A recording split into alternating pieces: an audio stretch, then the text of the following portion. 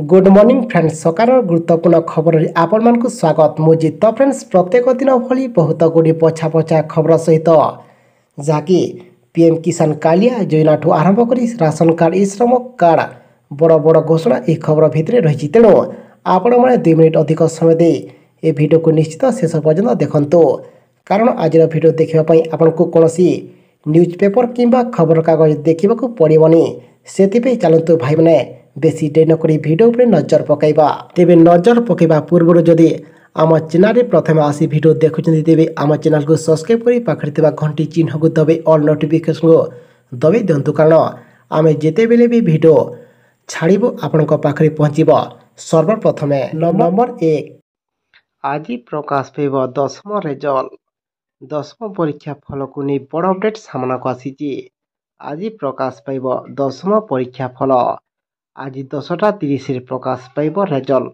11:30 website छात्र छात्री देखिपारे परीक्षा फल अपराह 4 डिजिटल सर्टिफिकेट छात्र छात्री डाउनलोड करेंगे छात्र छात्री बड़े www.bscodisha.nic.in रे से माने वेबसाइट जे निजर परीक्षा फल देखिपारे। परवर्ती खबर भोट भितरे बीजेपी रो बड़ दाबी मतदान पर मुख्यमंत्री नवीन पंडा का दम्भोक्ति लोकसभा एवं विधानसभा बीजेडी हेब बड़ विजय सेपटे केंद्रमंत्री धर्मेंद्र प्रधान कहले सबु लोकसभा पोछि नेब बीजेपी राज्य में गढ़ सरकार राज्यर सबु किंबा सबुठु गुरुत्वपूर्ण तृतीय पर्याय मतदान शेष होइछि एहास राज्य में बड़ विजय नहीं दम्भोक्ति करिसेंति बीजेडी सुप्रीमो नवीन पंडा और केंद्रमंत्री धर्मेंद्र प्रधान राज्य में सरकार गठन नहीं दाबी करिसेंति दुई नेता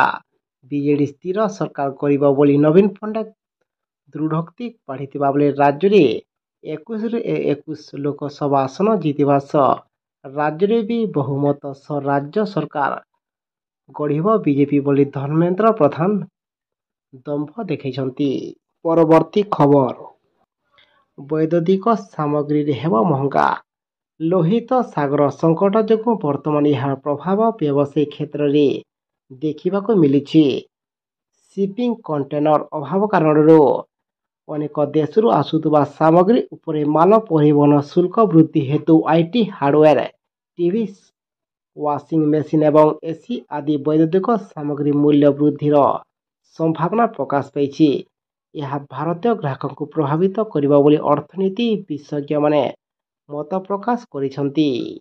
परवर्ती खबर समस्त तीर्थयात्री आसिला रे बड़ खबर मे 10 रु 4 धाम यात्रा आरंभ हो जाइछि बहु संख्यार श्रद्धालुं भिड़ जमी अनेक यात्री स्वार्थ संबंधित कारण मृत्यु होउछि यह व्यतीत यात्री पथरे यात्री असंभव भिड़ अनेक आश्चर्य कला भली भिडियो सामना को आसुछि एवं केंद्र सरकार यह ध्यान देइछंती।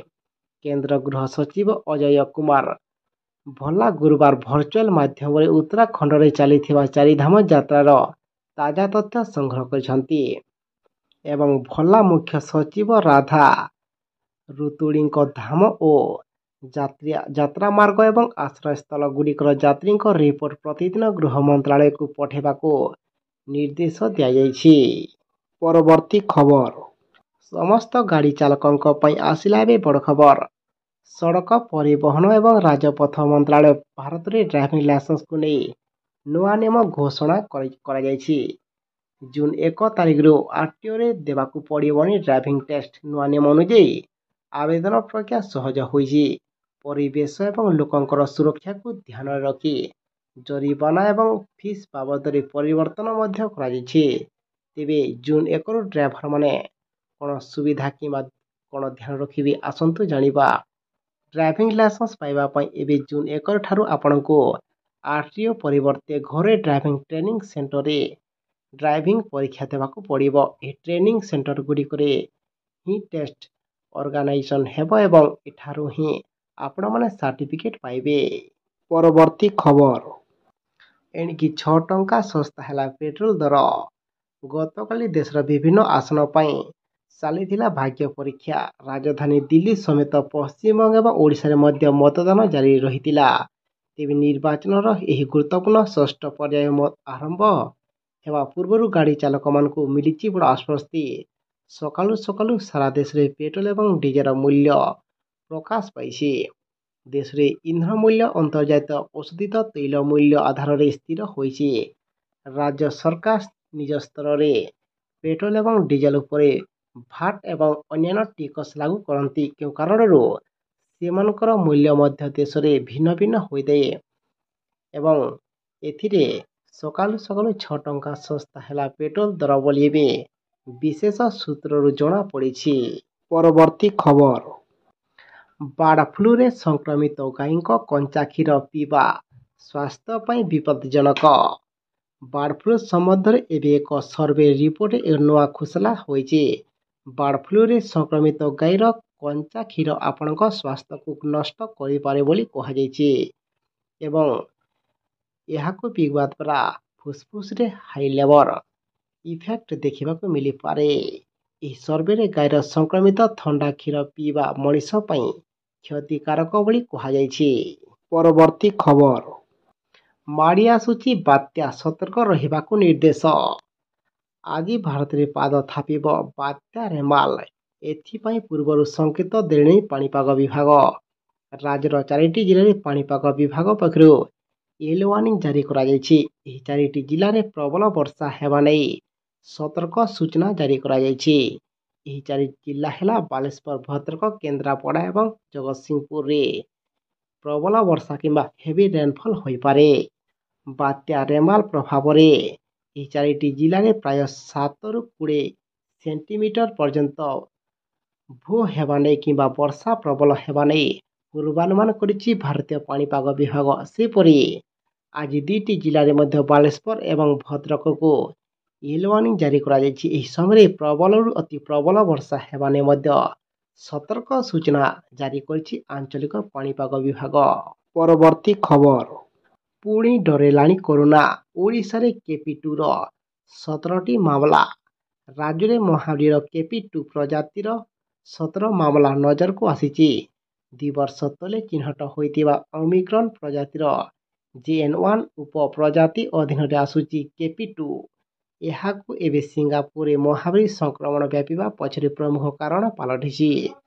ଦେଶର 7ଟି ରାଜ୍ୟରୁ 34ଟି କେପି1 ମାମଲା ଚିହ୍ନଟ ହୋଇଛି, ମାତ୍ର ଓଡ଼ିଶାରେ ଏହା ମିଳିନାହିଁ। ପରବର୍ତ୍ତୀ ଖବର, ଆସିଲା ପୁଣି ସମସ୍ତ ରାସନ କାର୍ଡଧାରୀଙ୍କ ପାଇଁ ବଡ଼ ଖବର। ସରକାରୀ ଡିଲରଙ୍କ ମାଧ୍ୟମରେ ରାସନ କାର୍ଡଧାରୀଙ୍କୁ ମାଗଣାରେ ରାସନ ସାମଗ୍ରୀ ଯୋଗାଇ ଦିଆଯାଉଛି।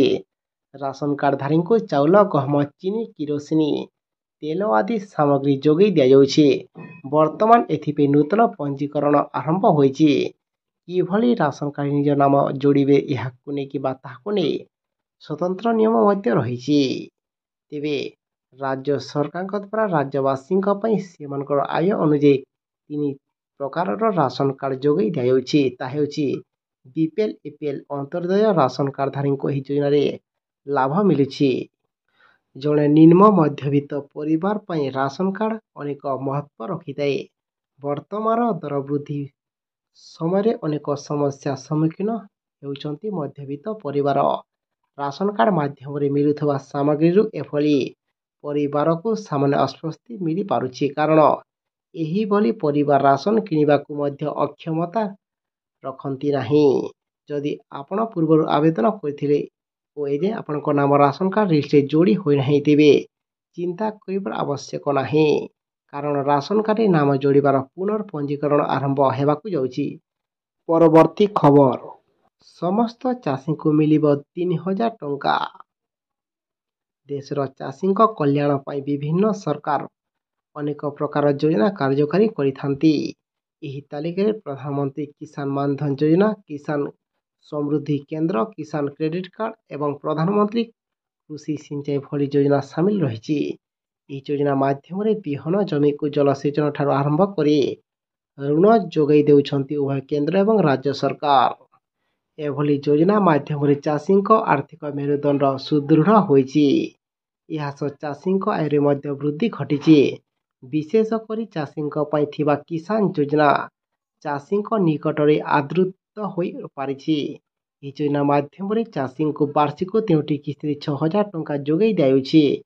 ଏହିଭଳି ଭାବରେ ଚାଷୀଙ୍କୁ ସହାୟତା ଯୋଗାଇ ଦେବାକୁ କାର୍ଯ୍ୟକାରୀ ହୋଇଛି କିଷାନ ମାନଧନ ଯୋଜନା ଏବଂ ବର୍ଷ ବୟସ୍କ ଚାଷୀ ଏହି ଯୋଜନାରେ ସାମିଲ ହୋଇପାରିବେ। ଏହି ଯୋଜନାରେ ହିତାଧିକାରୀଙ୍କୁ 60 ବର୍ଷ ପର୍ଯ୍ୟନ୍ତ ଅତି କମ୍ କିଛି ନା କିଛି ପ୍ରିମିୟମ ପୈଠ କରିବାକୁ ହେବ।